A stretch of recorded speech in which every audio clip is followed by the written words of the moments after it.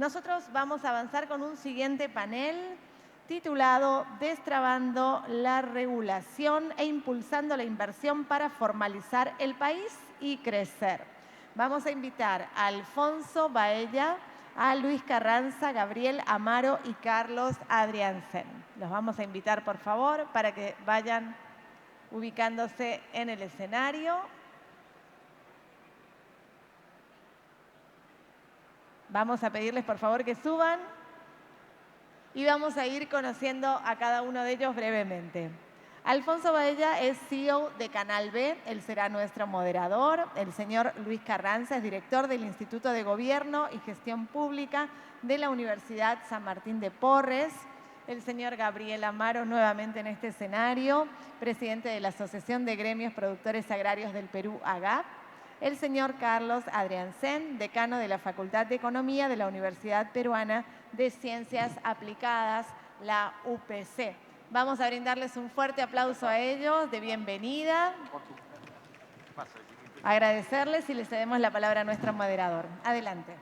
Bien, gracias a GAP por esta invitación, gracias a Lucho Carranza, a Gabriel Amaro, a Carlos Adriansen por estar también esta tarde con nosotros. Muy interesante poder tocar, en realidad, casi diría yo, cualquier tema con los invitados que tenemos, personas que conocen de economía, personas que tienen experiencia en la labor pública, en la labor privada, en la labor gremial, y por lo tanto estoy seguro que para el público que nos está acompañando aquí en esta sala, pero también a la gente que nos está viendo por las redes sociales, a la gente que verá este programa más allá de este evento, seguramente será interesante escuchar las opiniones que tenemos acá. Bueno, vamos a hablar hoy sin duda del sector agroindustria, pero también de lo que pasa con la economía nacional, que es tan interesante. Así que comenzaría quizá por el exministro Luis Carranza, quisiera comenzar por él, para hacer una pregunta que tenía intención de hacerle hace tiempo, pero como no conversamos hace tiempo en Bahía Talks, por lo menos acá la puedo hacer. Y es la siguiente: ¿cómo compatibilizamos, Lucho, un país que por un lado tiene cifras que son realmente importantes en la región? Me refiero a los bajos niveles de inflación, a la, digamos, cantidad per cápita de las reservas internacionales, a la estabilidad de la moneda y, en fin, a los buenos, digamos, gestiones que tiene el Banco Central de Reserva en general, con la política, ¿no es cierto?, que contrasta tanto con lo complejo y difícil. ¿Cómo es posible que tengamos inclusive un crecimiento económico de los últimos quizá meses, pero son más o menos ya consistentes, entre un 3% o más inclusive de este último trimestre?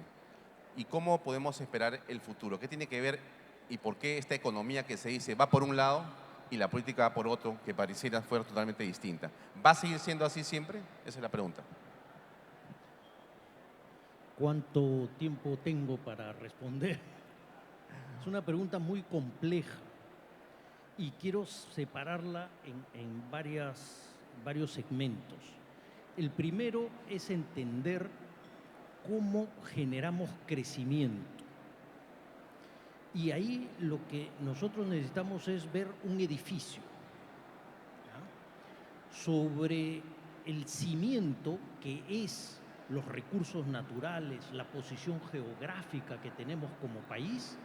Nosotros empezamos a levantar este edificio. Y este edificio tiene un primer piso, que es la estabilidad macroeconómica. Y ese primer piso sigue siendo sólido. Y repito, sigue siendo, ¿no? No está garantizado, y lo que estamos viendo en el corto plazo nos preocupa mucho. El segundo piso tiene que ver con la eficiencia de los mercados, y esto ya es más políticas microeconómicas. Y sobre esto tenemos la última fase de nuestro edificio, que tiene que ver con los distintos sectores y políticas sectoriales. Y sobre eso crecemos. Este país, con sus recursos naturales, el cimiento donde tenemos anclado nuestro edificio, el primer piso y el potencial que tenemos, si hacemos las cosas bien, puede crecer fácilmente 7%. Desgraciadamente, hemos venido cometiendo muchísimos errores en temas de regulación, incapacidad para resolver problemas desde el Estado, falta de eficiencia en provisión de bienes y servicios públicos, y eso nos ha deteriorado el crecimiento desde un 7% como potencial a un 2,5%. Una ligera repregunta, muy chiquita. Tú has sido ministro de Economía cuando crecíamos a 7% de promedio. Parece alucinante cómo se ha logrado eso. Si hoy día los metales, por ejemplo, tienen un mejor precio en el mercado, pero mucho mejor que antes, ¿cómo se puede explicar que no podamos crecer a esa velocidad? Bueno, básicamente por todo el deterioro que hemos hecho como país de nuestras instituciones y de la eficiencia operativa del Estado, ¿no? Eso es lo que explica que en vez de crecer 7, estemos creciendo 2,5 con condiciones externas tan buenas o mejores como las que teníamos antes, ¿no? Ahora, vamos al punto inicial de tu pregunta, que es el primer piso, ¿no?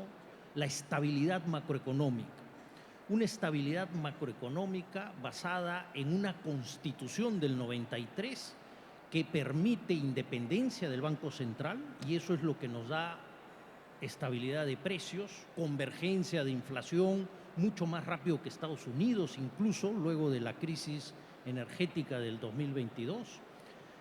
Y en la parte fiscal, lo que hemos visto en los últimos años es un fuerte deterioro, que si la cosa continúa así, nos va a generar problemas en el mediano plazo, ¿no? Entonces, no está garantizado este primer piso de manera permanente en el tiempo. Necesitamos regresar a los conceptos básicos de respetar la regla fiscal, de controlar el crecimiento del gasto corriente, que está desbocado, y enfocarnos de nuevo en la eficiencia, en la ejecución de proyectos de inversión pública, ¿no?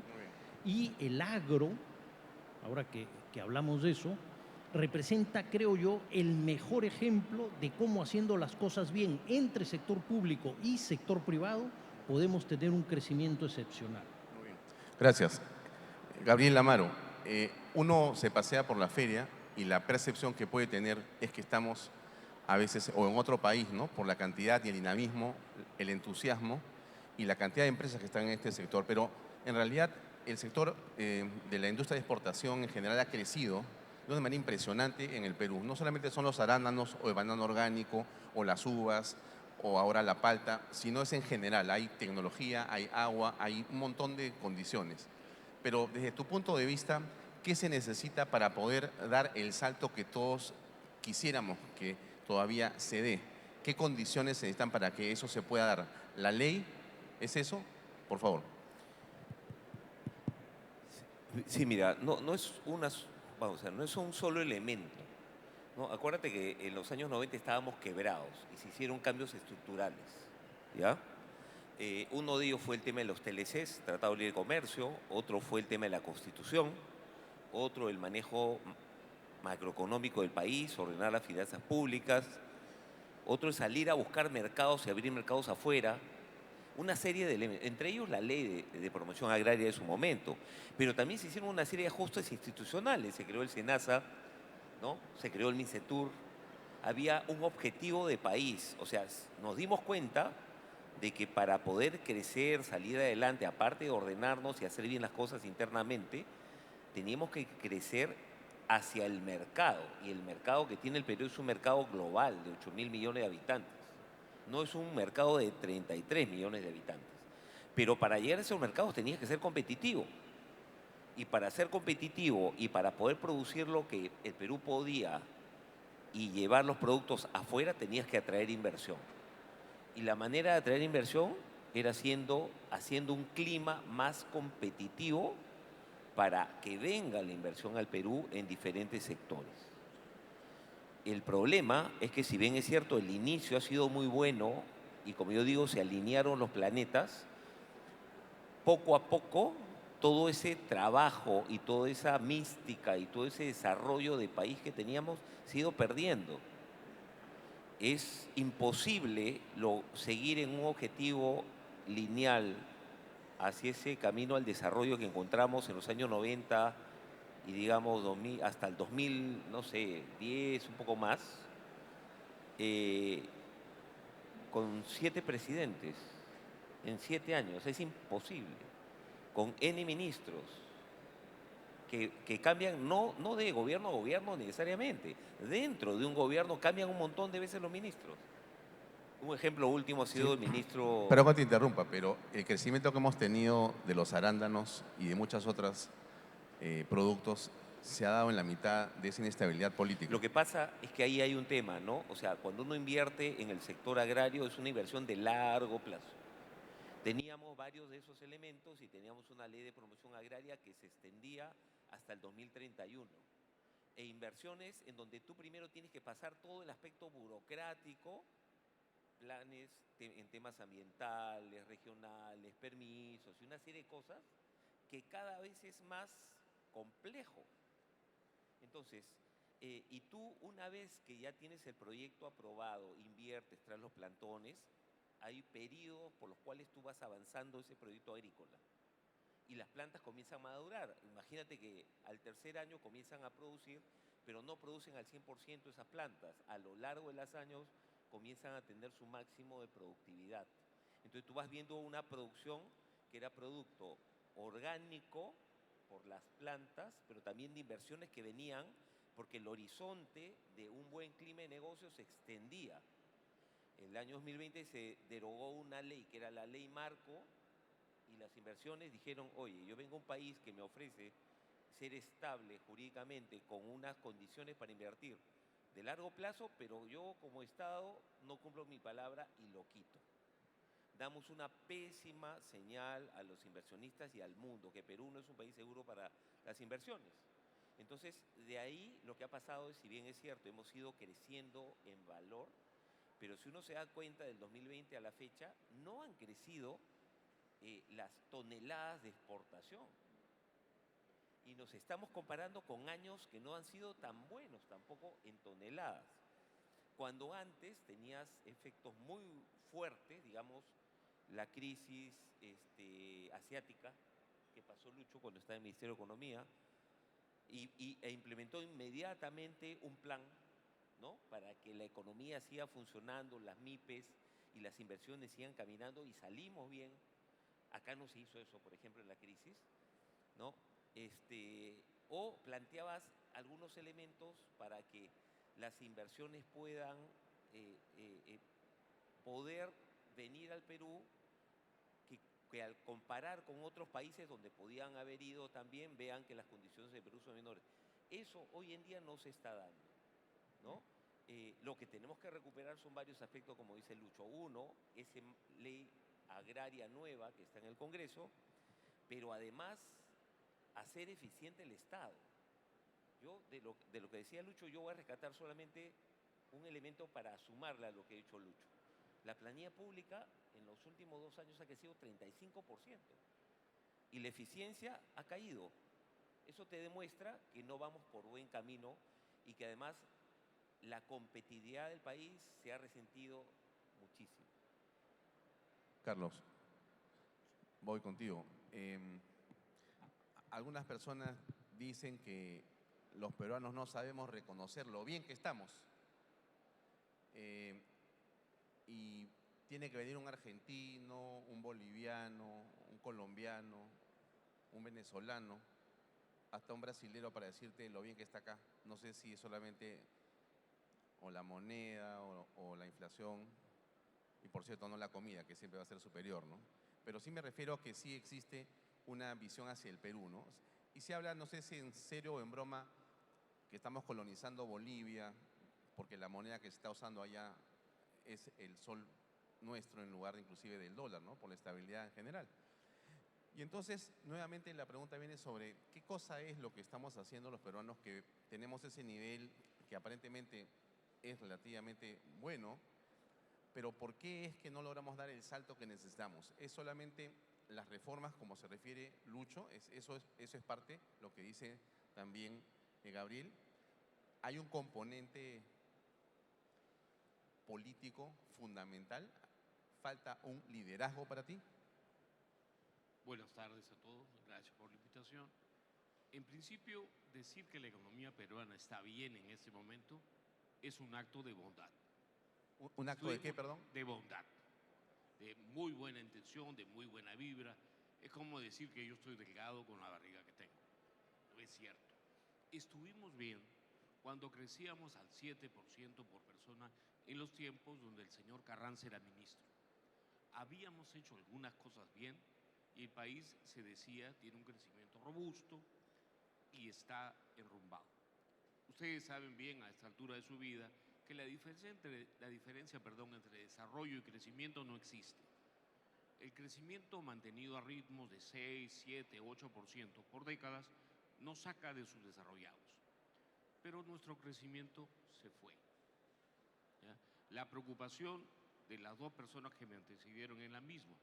Hace poco crecíamos al 7%, el ingreso de los peruanos también crecía todos los años, pero lamentablemente lo abortamos. El Perú abortó las bases de su crecimiento. Por supuesto que Luis Carranza tiene razón cuando dice todo lo que hay que mejorar en materia de manejo macroeconómico. Pero yo quiero acordarme de otro gran economista, un tal Robert Solow, Premio Nobel de Economía, un tipo encantador, que decía que en realidad si los países viven por lo que hacen esta feria, por recursos naturales, y tienen pésimas ideas como las que tenemos los peruanos o los bolivianos, debería haber un colapso, pero nunca hay colapsos. Porque lo que importa en un país son la institucionalidad. Y lo que se ha dañado en el país es la institucionalidad. Yo soy una persona muy metete, te confieso. Estaba tomando un café, solamente déjame redondear esta idea, y había un señor famosísimo, un abogado de alto prestigio, hablando con sus clientes por teléfono y decía que el Perú no era África. Lamentablemente, terminó su conversación y me acerqué y le mostré los indicadores de gobernanza del sector público peruano. Nuestro nivel de corrupción burocrática es africano, como el de Uganda, como el de Congo, de cumplimiento de la ley, igual, de tolerancia a la corrupción, igual, de tolerancia a la violencia ideológica, eso que ustedes ven en cada carretera y por la que pierden muchas cosechas, es altísimo. El país ha caminado institucionalmente hacia el subdesarrollo. No es casual que el crecimiento de largo plazo, que estaba a 7%, me refiero al promedio per cápita, a 5 años, haya bajado 7 puntos. Aquí se ha hecho un trabajo, y voy a ser lo más diplomático que puedo, hacia la izquierda. Por eso me he sentado al lado izquierdo. ¿Ya? Aquí se tolera la corrupción, se tolera el incumplimiento de la ley. Tenemos fiscales con unas sombras espantosas que tienen 10 años sin denunciar a ladrones que salían en televisión robando, más o menos. Esa es la historia del Perú. Nuestro problema hoy, complementariamente a lo que ha dicho Lucho, es institucional. Hemos prostituido instituciones y esa tarea no es fácil de revertir. Volver a crecer 7% en el Perú requiere que se respete la ley, que no se tolere la corrupción, que no se tolere la toma de carreteras y la violencia ideológica de ciertos grupos, que por supuesto, voice and accountability, tolerancia a la participación sea alta, pero no hemos entendido eso. Todavía creemos que el Perú está muy bien y que está creciendo más que la región. Por Dios, América Latina en los 60, y la otra vez leí un libro, era la esperanza del planeta. Aquí se debió dar China. Aquí no se dio China. China se dio en China. Y si ustedes comparan a América Latina en promedio en indicadores de gobernanza con China, China es una dictadura, pero está mejorando un poquito en control de la corrupción, está mejorando un poquito, todavía la tiene baja en cumplimiento de la ley. Cuando me invitó el señor Amaro a esta charla, el título era maravilloso. Se refería al shock desregulatorio. Yo dije, este señor Carranza, con el que voy a estar sentado, ha sido posiblemente el mejor economista reciente que ha tomado el MEF. Pero el señor Salardi, que acaba de irse, que no ha tenido tiempo para hacer nada y no hizo nada, pero tuvo una idea interesante. Es, digamos, el mister simpatía de los ministros. Dijo que había que hacer un shock desregulatorio. Y es correcto, solo que es dificilísimo hacer un shock desregulatorio en el Perú. Si ustedes miren índice de libertad política en el Perú, son marxistas. los índices de libertad económica en el Perú son cuando nos dicen, pero de Venezuela, de Colombia, de México, nos dicen que estamos muy bien. Es como decir que yo estoy flaquito. Y no, Alfonso, no estoy flaquito. Quiero seguir con Lucho Carranza y después regreso. Perfecto. Bueno, a ver, el tema de la desregulación es, entiendo que abogar por la desburocratización en general es una forma de luchar contra la informalidad, ¿no es cierto? Pero es este país tan hermoso que queremos tanto, que es el Perú, un país donde la gente, pues, en fin, trabaja y hace y logra empresa y emprende a pesar del Estado, contra el Estado, sobre el Estado. Entonces, ¿cómo tú, desde tu punto de vista, Lucho, puedes hacer que la formalidad se extienda, que la informalidad se reduzca? ¿Cómo luchar? Estamos sobre el 70-80% de la informalidad en la economía y eso sigue creciendo. Cada día el Estado parece más imposible de que comprenda lo que queremos los ciudadanos. ¿Cómo lo ves tú? A ver, primero un tema conceptual. En economía hay lo que llamamos trinidades imposibles. Trinidades imposibles. La más famosa me la enseñó Carlos en la Católica cuando era mi profesor de macro. Y es la monetaria, ¿ya? Tú no puedes tener tipo de cambio fijo, tasa de interés fija y libertad de movimiento de capitales. Tienes que renunciar a uno de ellos, ¿ya? En el caso de la informalidad ocurre exactamente lo mismo. Tú no puedes tener alta regulación, baja productividad y formalidad. Entonces, nosotros cada vez hemos ido aumentando más la regulación. No hemos mejorado en productividad. El resultado es informalidad, ¿no? Les comento algo cuando era ministro. Cuando yo llegué, 2006, el índice de facilidad para hacer negocios del Banco Mundial, el Doing Business, que lo que hace es medirte qué tan fácil es para una empresa desde que abre hasta que se cierra, ¿no? Comerciar, contratar gente, tomar crédito, exportar, pagar impuestos. Te mide toda la vida de una empresa. Estábamos en el puesto 71 en el mundo y empezamos a trabajar de una manera coordinada con el sector privado, tranquilos. Llegamos a estar en el año 2011 en el puesto 36. Mejoramos sistemáticamente todos los años. El plan que se dejó al siguiente gobierno era llegar al puesto 25 en el año 2002. ¿Qué pasó?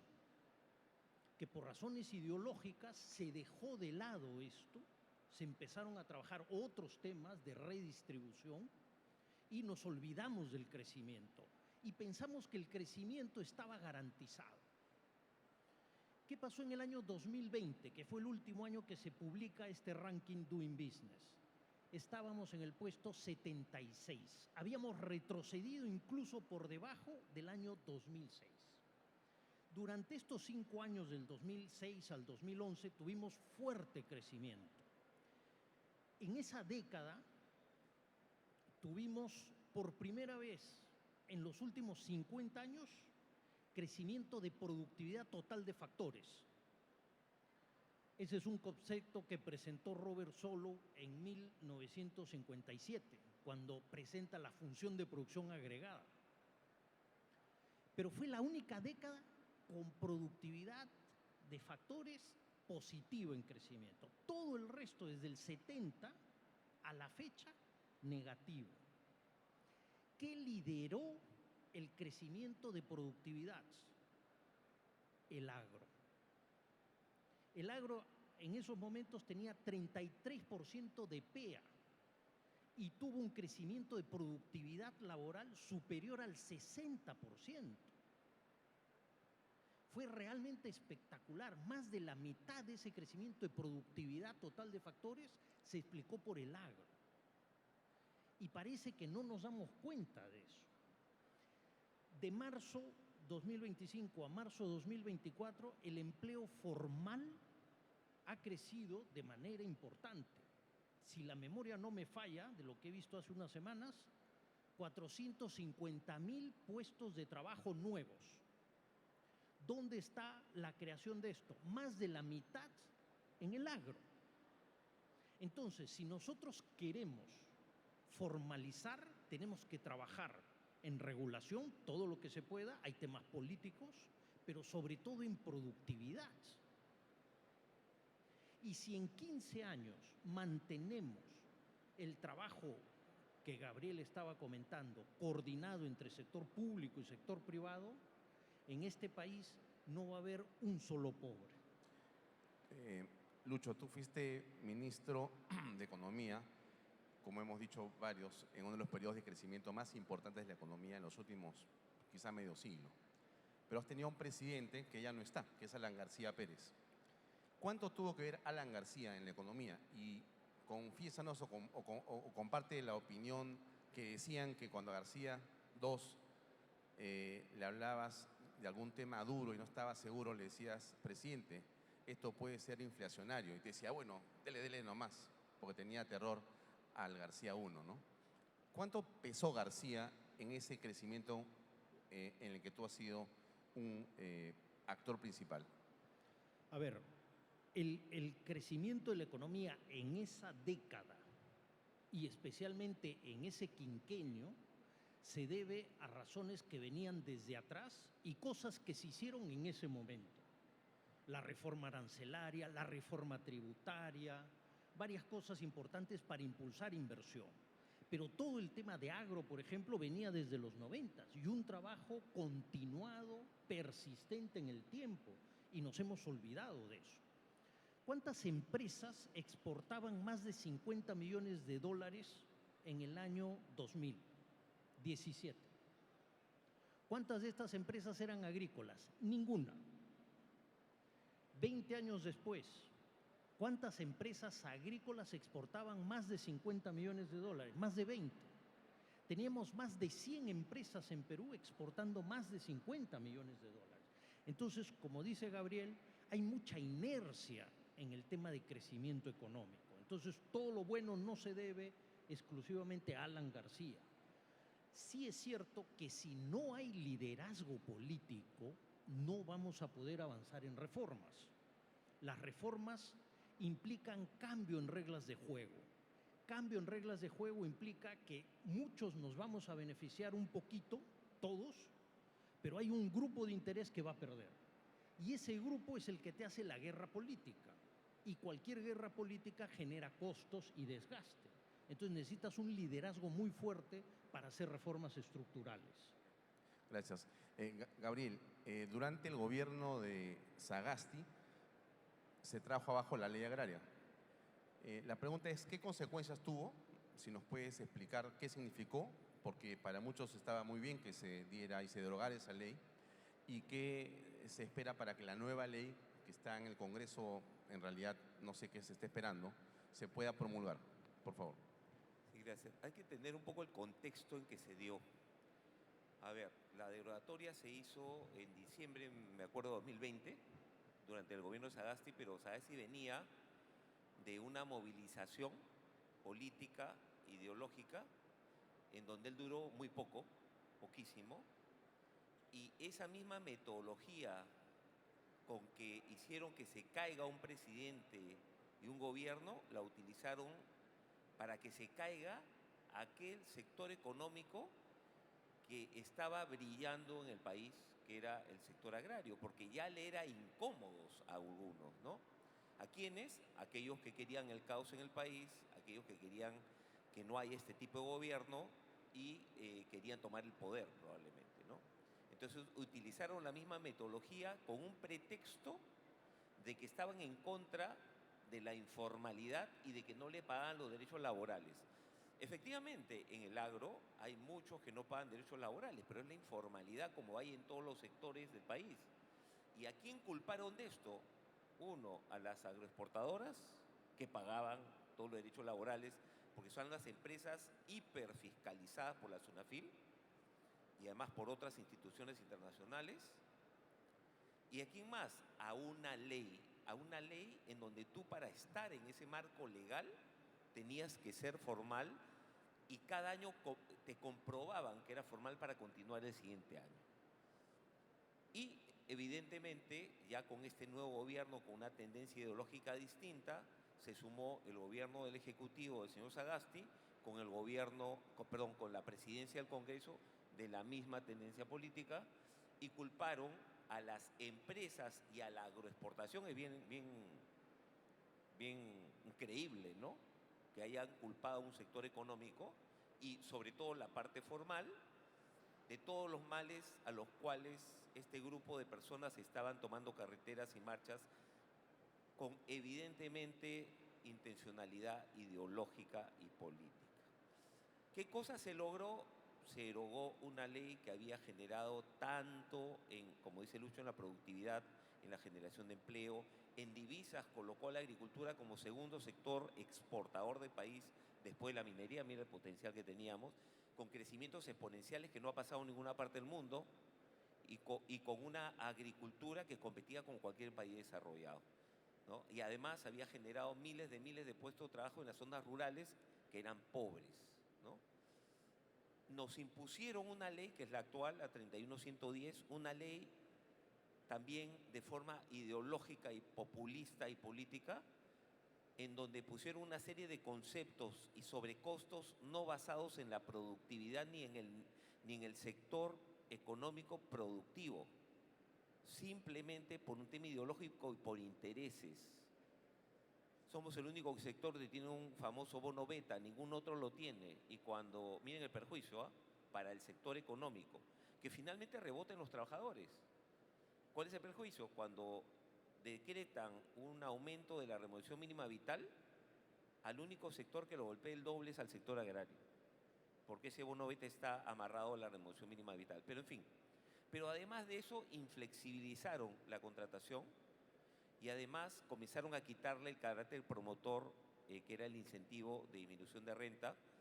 Este año estamos en 25%, pero creo que lo que peor que todo eso fue una lamentable falla del Estado peruano en decirle al mundo que el Perú no era un país seguro para las inversiones porque te cambiaba la regla de juego de manera grotesca cuando se le ocurría. Eso es lo que sucedió.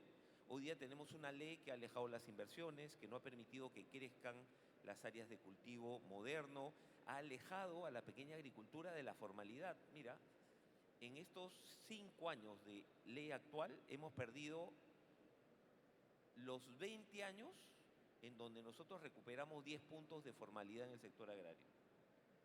Hoy día solamente hay un 7% de formalidad en el sector agrario. O sea, en 5 años hemos perdido lo que ganamos en 20, imagínate. Hemos alejado al pequeño porque la barrera de entrada para la formalidad ahora es tan grande que ya no hay forma que se formalice. Y además has precarizado el trabajo del pequeño. Y hay muchos que eran pequeños, que estaban en la agricultura moderna, ya no le daban los números, han tenido que cerrar, quebrar o irse a la informalidad. Entonces ha sido realmente un ataque contra la empresa, no solamente agraria, ojo, un ataque contra la empresa, un ataque contra un sector agroexportador que ya lo quisieran tener todos los países del mundo, y un ataque al pequeño agricultor porque lo has limitado a no poder ser formal. Y eso es lo peor que puede hacer un país. Solo para terminar, todos los países del mundo protegen a sus empresas. Todos los países del mundo generan condiciones para que sea sostenible su agricultura. Estados Unidos, Europa, subsidia a toda su agricultura, al grandote y al chiquito, a todos.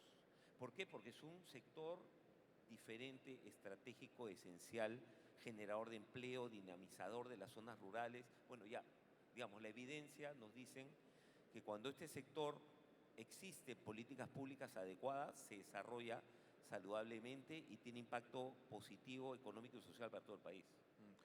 No me contestaste la última pregunta sobre la ley agraria actual que está en el Congreso. Creo que no faltaba nada, estaba todo listo para que saliera y Sí. se quedó. Sí, esta ley ya se votó bueno, tuvimos mayoría, amplia mayoría en la Comisión Agraria. Ahora, esta es una ley no de un partido, ¿ah? Ojo, se han sumado varios proyectos de varios partidos políticos y ha salido un dictamen aprobado por amplia mayoría en la Comisión Agraria desde el año pasado y estamos esperando, mira, creo que 8 meses y todavía no se logra aprobar definitivamente en el Congreso. Hace unos días se aprobó en primera votación por mayoría, debió haber entrado esta semana porque transcurridos los 7 días se puede dar la segunda votación. Se ha aprobado la zona económica especial en Congreso, se ha aprobado la ley de turismo y una de las leyes más importantes era la nueva ley agraria que lamentablemente no se ha aprobado. No sé si habrán cerrado la legislatura, pero todavía tienen tiempo si es que no la han cerrado. Yo la verdad que apelo a los congresistas para que responsablemente voten y aprueben esta ley agraria porque si no vamos a seguir un camino de alejamiento del progreso para el pequeño agricultor y de alejamiento de atraer inversiones, que es lo que más necesitamos hoy día en el Perú para crecer. Gracias, Gabriel. Carlos Adriancén, bueno, ¿cuál podrían ser desde tu óptica las 3 medidas, las 3 ideas, las 3 iniciativas que podrías comentarnos para mejorar estos niveles de informalidad, para ser más formales y menos formales? ¿Qué se puede hacer para atraer a este enorme mundo económico que no está tributando?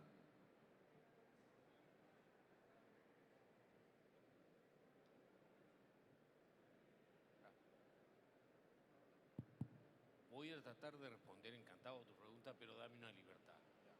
Voy a hacer que no me vuelvan a invitar a esta feria, porque hace unos minutos el señor presidente de AGAP dijo que era inevitable que el Perú protegiese a sus empresas y ponía como ejemplo de éxito económico a una región que, como Europa, ha perdido 15 puntos del PBI global en los últimos 40 años y tiende a desaparecer.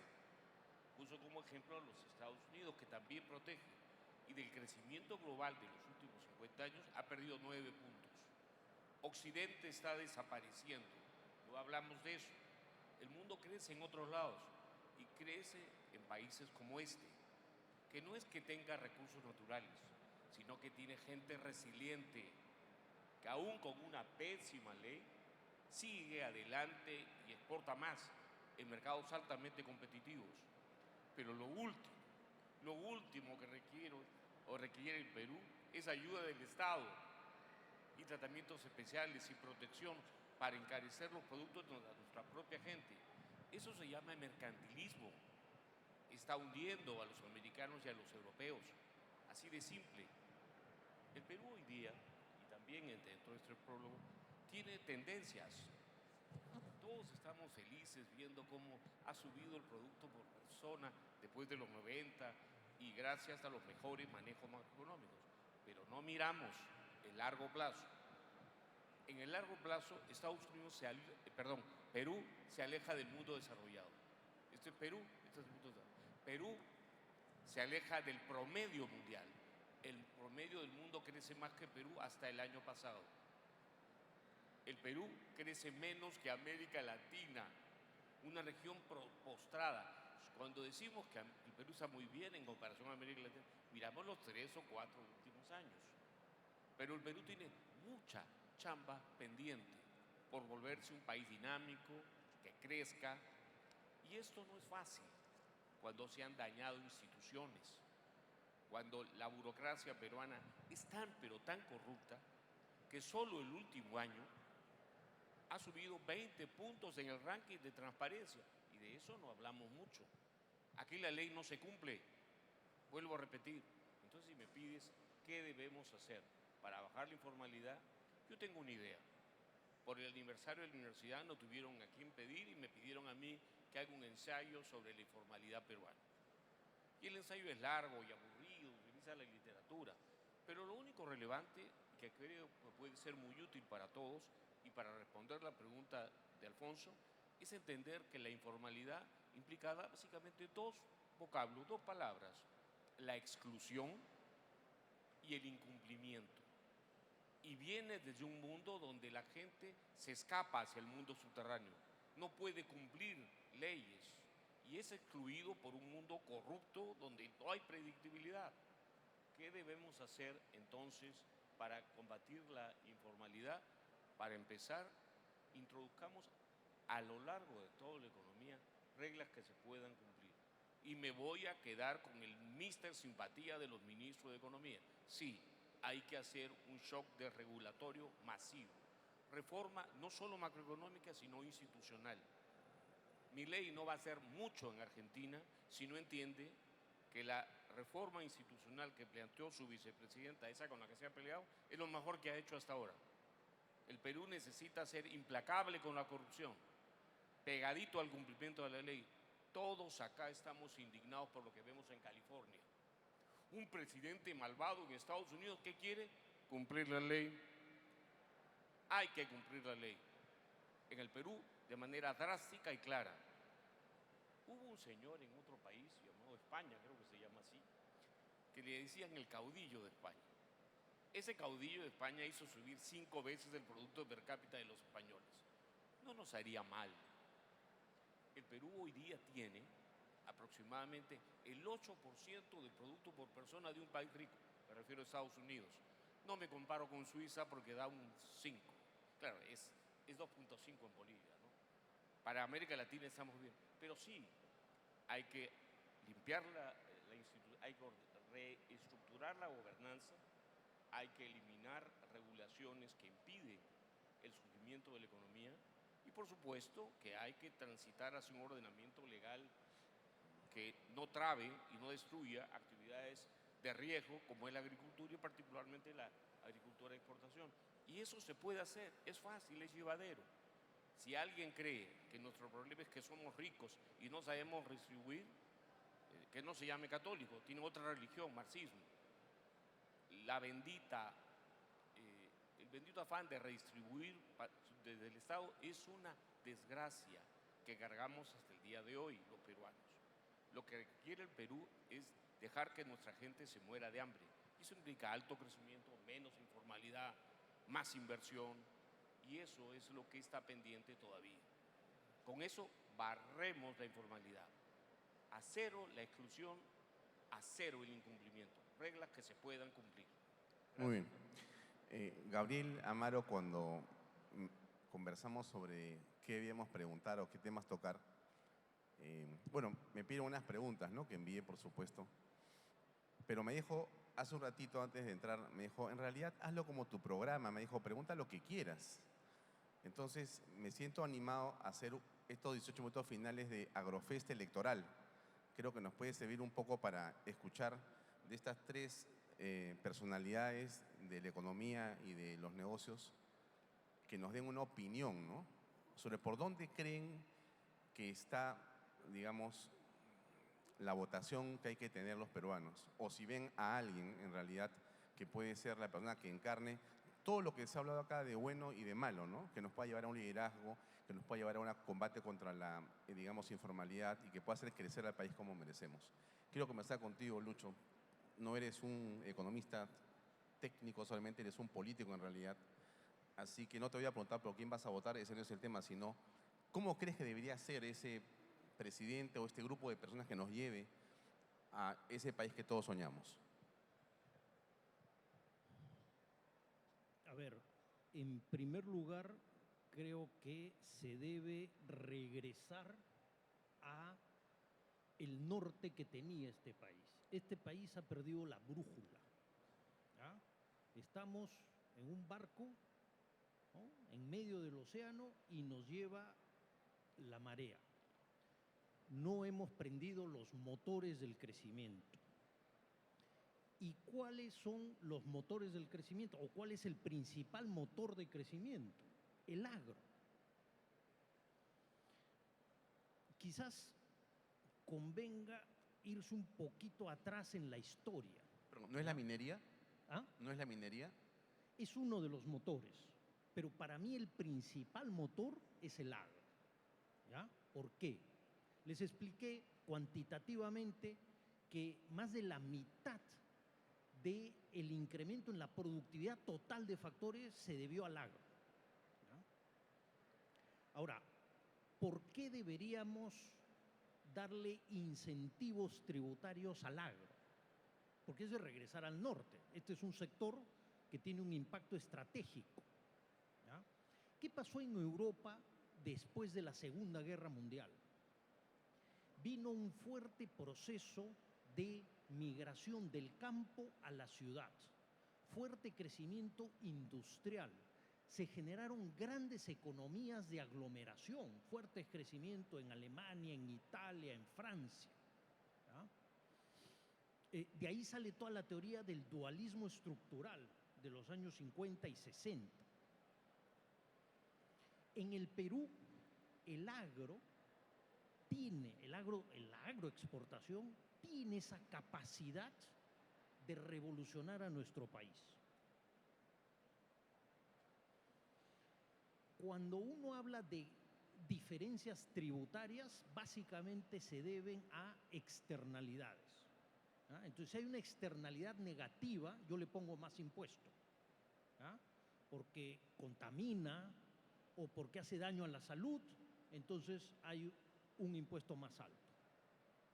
En el caso de la agroexportación, el agro moderno, tenemos una externalidad positiva, porque te va a generar empleo que atrae migración de las zonas altoandinas, donde está la miseria del país, a zonas en la costa o valles interandinos que te van a generar una reducción significativa en el costo de proveer educación y salud a nuestros niños.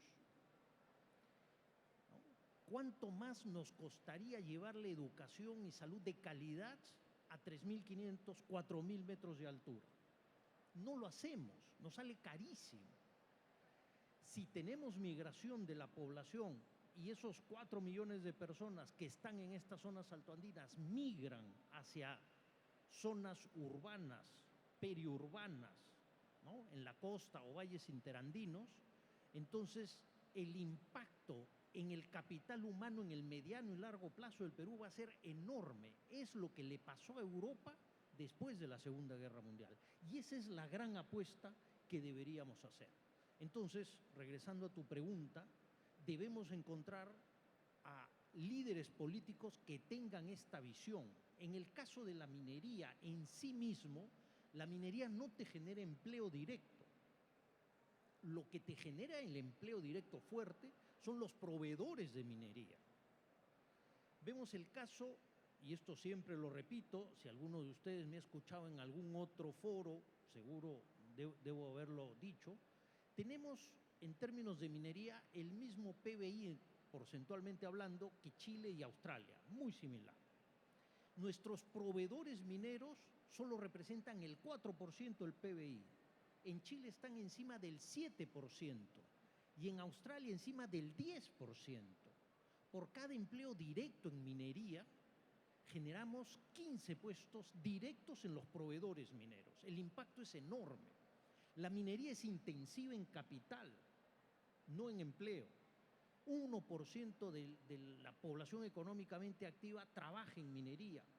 Entonces, la gran apuesta en minería es desarrollar nuestros proveedores mineros, como lo ha hecho Canadá, como lo ha hecho Noruega con sus proveedores de hidrocarburos, como lo ha hecho Australia y como Chile lo estuvo haciendo hasta que se quedó a mitad de camino porque perdió la brújula.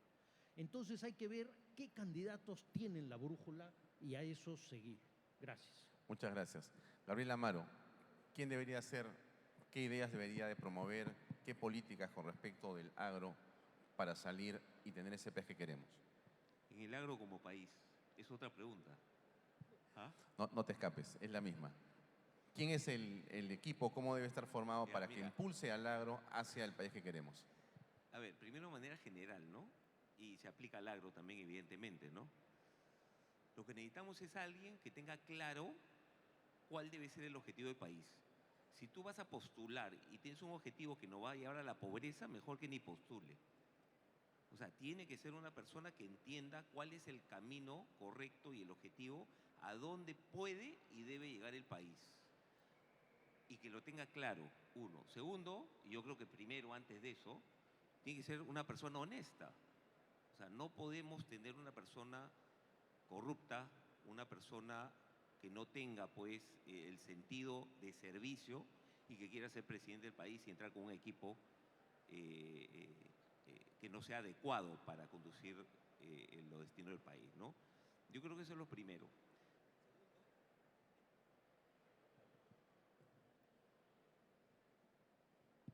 Tiene que tener un equipo de gente técnica, honesta y con las capacidades que se requieran. Este país, no puedes entrar a un país para manejarlo ideológicamente, y menos un país como el nuestro que tiene tantas posibilidades.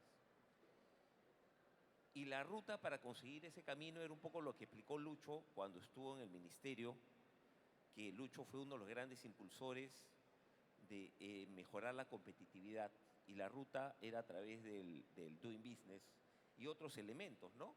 Tienes el Doing Business, que ya no está, pero tenías el World Economic Forum, las radiografías que nos hacían de competitividad, que al 2019 el Perú estuvo en el puesto 65 de 141 países. Y eso yo lo llevé en un equivalente a nota de 0 a 20. Estamos entre 0, 9 y 10,5. Estamos jalados. Porque no había, después del esfuerzo de Lucho, no había a nadie que entendía que el Perú, para conseguir una vía correcta al desarrollo, tenía que ser competitivo. Y Lucho explicó que después de dejar el gobierno, el ministerio, regresamos a una posición peor en el último sondeo del Doing Business, ¿no? 76 me parece, ¿no? Peor. Porque es algo muy sencillo, este dicho popular que dice camarón que se duerme se lo lleva la corriente es muy cierto. O sea, la competitividad es algo que tienes que ganar en el día a día, pero tener tu plan de competitividad y siempre avanzar a ser un país competitivo. Si dejas de hacer el esfuerzo, pierdes y te lleva la corriente. Entonces, primero, objetivo claro.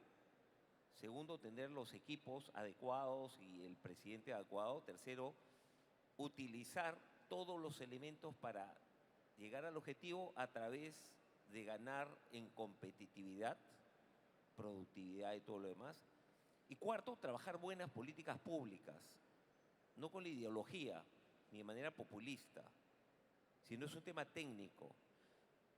Solo para terminar, el tema de la informalidad. Estamos en 80%, 70 y tanto por ciento de informalidad. La informalidad, bueno, el maestro me corregirá, pero la informalidad en el Perú es una política, lamentablemente, porque eso se va sumando año a año y cada vez estamos peor. El problema es que estamos llegando a niveles críticos de informalidad, ¿no? Es algo que el nuevo gobierno, el nuevo presidente, va a tener que enfrentar, pero en serio. Y para poder resolver el problema que tenemos ahorita, que en vez de crecer 7% estamos en 3%, hay que tomar medidas disruptivas y medidas drásticas.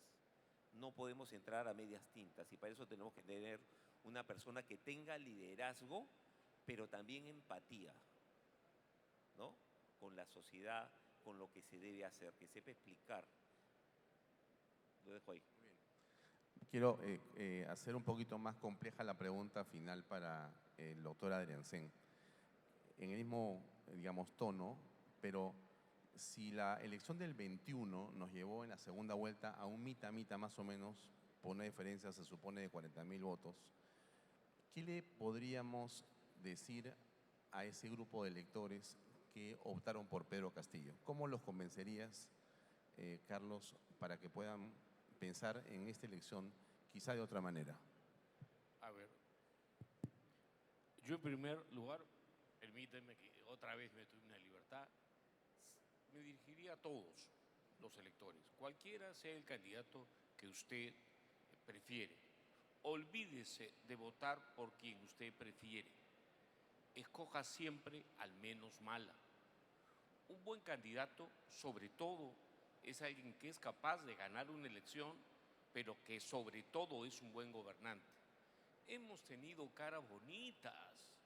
Yo recuerdo un presidente que era encantador, locuaz, que no fue a la segunda vuelta y después hizo un pésimo gobierno. Después hizo una pelea ajustada y el segundo gobierno fue el gobierno con mejores indicadores. Hablando de ese gobierno, voy a referirme a una precisión que ha hecho el doctor Carranza. Efectivamente, yo he sido su profesor a los 26 años y él estaba en último ciclo. Así que tampoco. Segundo, voy a ir a la pregunta, propiamente dicho. El progreso ni es seguro ni es inevitable, requiere líderes. Y tenemos que ubicarnos eligiendo al menos malo, al que tiene capacidad de gobierno. Vamos a poner un ejemplo. Imaginémonos a un señor de las dimensiones que ustedes quieran, de las características, que le ofrece poco. Ese le va a sacar menos los ojos en impuestos. Tómelo en cuenta. Un señor que ofrece sangre, sudor y lágrimas en un país que hay mucho por hacer en términos de generar una inversión mucho mayor. Los países se vuelven potencias con tasa de inversión de 35, 40 puntos del PBI sostenidos en el tiempo. Estamos en 19, 18, digamos dando pena. No vamos a ningún lugar, necesitamos a alguien que crea condiciones para atraer todo el tipo de inversión. Si hay un tipo de inversión que reduce pobreza empíricamente, es la inversión extranjera. Los países que captan inversión extranjera en gran estilo captan 15% del PBI. Nos parece, captamos 1.5% del PBI. No vamos muy lejos. En esta elección tenemos que entender que la corrupción burocrática estrictamente es tomar un puesto para que alguien no está capacitado, porque es desperdiciar recursos. Entonces, ojalá optemos por candidatos que tengan la capacidad de saber a dónde están parados, que lo primero que van a tener que hacer es limpiar la burocracia. Yo pongo al mejor de ustedes de ministro con esta burocracia, lo van a encapsular, y el presidente que venga y el congresista y el Congreso que venga va a tener que limpiar. Y si no limpian, vamos a seguir con los indicadores de gobernanza africanos que traban el crecimiento. O como diría el exministro Salardi, que hay que hacer urgentemente un shock de regulaciones que no empobrezcan a nuestro pueblo. Ya está bien de tomar al Estado como un botín. Se llega al sector público para servir a la gente, no para elegir al que me gusta o el que cuenta chistes, ni siquiera elegir a un héroe nacional, porque tenemos hasta héroes nacionales como candidatos. Tenemos que elegir al menos malo. Y eso implica involucrarse políticamente en el Perú. No son los políticos, somos nosotros los que tenemos que involucrarnos. Fíjense los que votan por un cara bonita en Ica, en mi tierra, donde la presión tributaria es 5%. Una vergüenza, por amor de Dios. Entonces, entendamos, la labor de elección es nuestra, es en el auditorio. No es de políticos, porque, con esto acabo, los políticos hacen cualquier cosa, menos ir contra la opinión pública. Si Venezuela se ha hundido, es porque los venezolanos hundieron Venezuela. Si Chile es una sombra, es porque los venezolanos eligieron a Boric. Si los bolivianos y los colombianos tienen los gobiernos que tienen y las vergüenzas que sienten a diario, es porque no se involucraron. Y para hablar del Perú, hablando de involucrarnos, entendamos que los dos candidatos de la última elección no llegaban a 1 de cada 5 votos. Y no hubieron personeros. Y en el Perú, 2 tipos de peruanos. Los de departamentos costeños, el 80% de la producción y el 20% restante. En los departamentos mediterráneos no hay ingresos, no hay institucionalidad y, en mi opinión, y parafraseando al asesor de la fiscal de la Nación, el señor Villanueva, no se cuentan los votos. Y eso son el 40% de los electores. Asegurémonos que nuestro candidato tenga personeros para ver si esta vez se cuentan los votos. porque yo todavía tengo dudas que el señor Castillo haya sido elegido presidente de buena élite. Me queda 1 minuto y medio. Quisiera 30 segundos de respuesta. He visto que entró mucha gente de la nueva generación. Un saludo a todos ellos. ¿Cómo están? Y la pregunta es para una respuesta a esta generación, que es la que nos va, sin duda, a llevar adelante también en el Perú. Si cualquiera de ustedes tres, Lucho, Gabriel y Carlos, se encuentran con un joven de 25 años en un ascensor y tienen 30 segundos, y este joven les dice: Lucho, Gabriel o Carlos, estoy pensando en irme del Perú porque no hay posibilidades, no hay oportunidades. ¿Qué crees que debo hacer? ¿Irme o quedarme? Por favor. ¿Cuántos minutos tengo? 30 segundos por cabeza.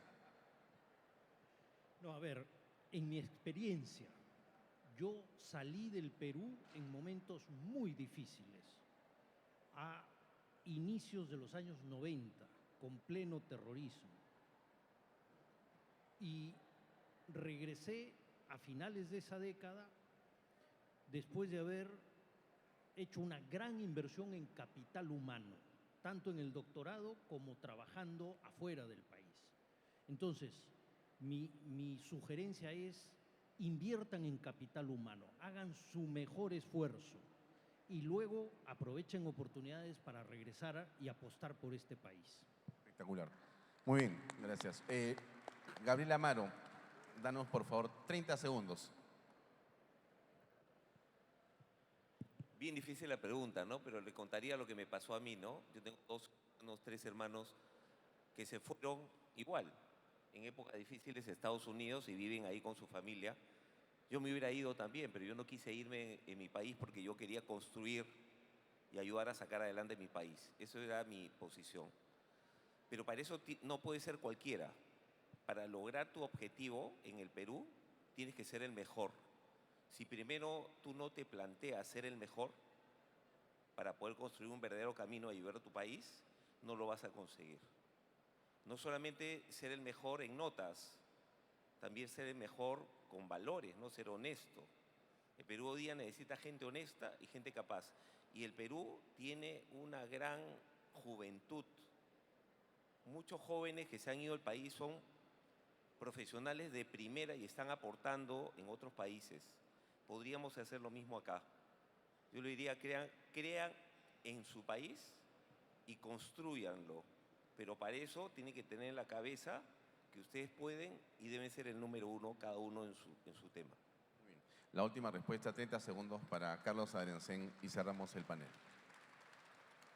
En los años 70 u 80 estaba de moda una canción que decía: nunca llueve al sur de California. Olvídense, esos son los que estamos viendo protestar. Ustedes pueden darle la espalda a todos los peruanos y a gente que no tiene su educación, traicionar sus sueños de este país e irse a un sitio por un carro nuevo a trapear en baños. Pueden hacerlo. Dios ciega a los que quiere perder, pero este país los requiere a ustedes, los requiere educados, honestos, capaces de hacer algo mucho mejor que lo que hicimos nosotros. Este es un país al que no se le quiere por una razón, se le quiere con el alma, se le quiere porque es el Perú. Y si no sienten eso, váyanse. Pero si quieren este país, quédense y peleemos y hagamos este país lo que debió ser siempre, una potencia. Muy bien. Muchas gracias. Gracias al panel, gracias Lucho Carranza, Gabriel Amaro y Carlos Adriancén. Gracias, amigos. Un honor. Buenas tardes. Gracias a ustedes por estas reflexiones. Los vamos a invitar al centro del escenario, por favor, para una fotografía, agradeciéndoles. Y esta última reflexión para que llegue hacia los más chicos, esos ejemplos, esas propuestas y esos valores que son los más importantes para cada una de las personas.